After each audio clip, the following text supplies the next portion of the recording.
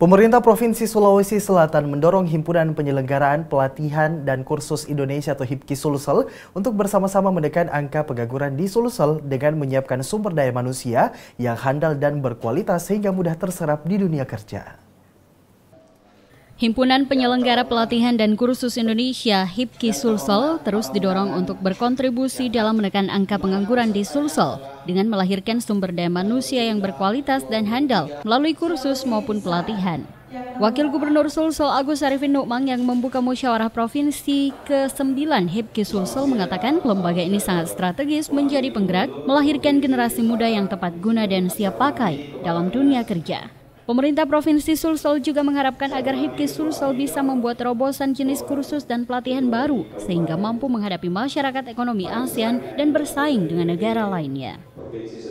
Tantangan tahun depan kita sedang masuk masyarakat ekonomi ASEAN itu ekonominya tanpa barrier lagi.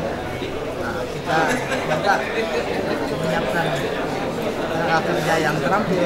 Jangan sampai orang luar masuk ke Sulsel bekerja. Nah ini kita harap HIPKI mempersiapkan tenaga-tenaga itu sesuai dengan job yang ada.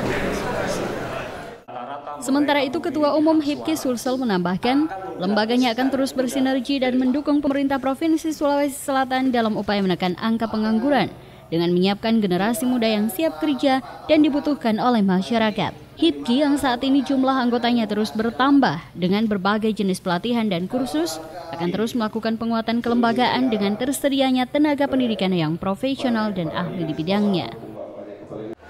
Kita berharap bahwa pemberantasan buta pengangguran di Sulawesi Selatan bisa kita atasi karena mereka tidak hanya berpikir untuk bisa apa, tapi mereka bisa kerja apa. Nah, itulah peran HIPKI untuk membuat satu terobosan bahwa mereka harus punya keterampilan kompetensi yang bisa langsung dibutuhkan oleh masyarakat. HIPKI juga senantiasa akan membuat terobosan baru jenis kursus ataupun pelatihan yang dibutuhkan oleh dunia internasional. Dari Makassar, Syarifuddin Hamzah, GoTV memberitakan.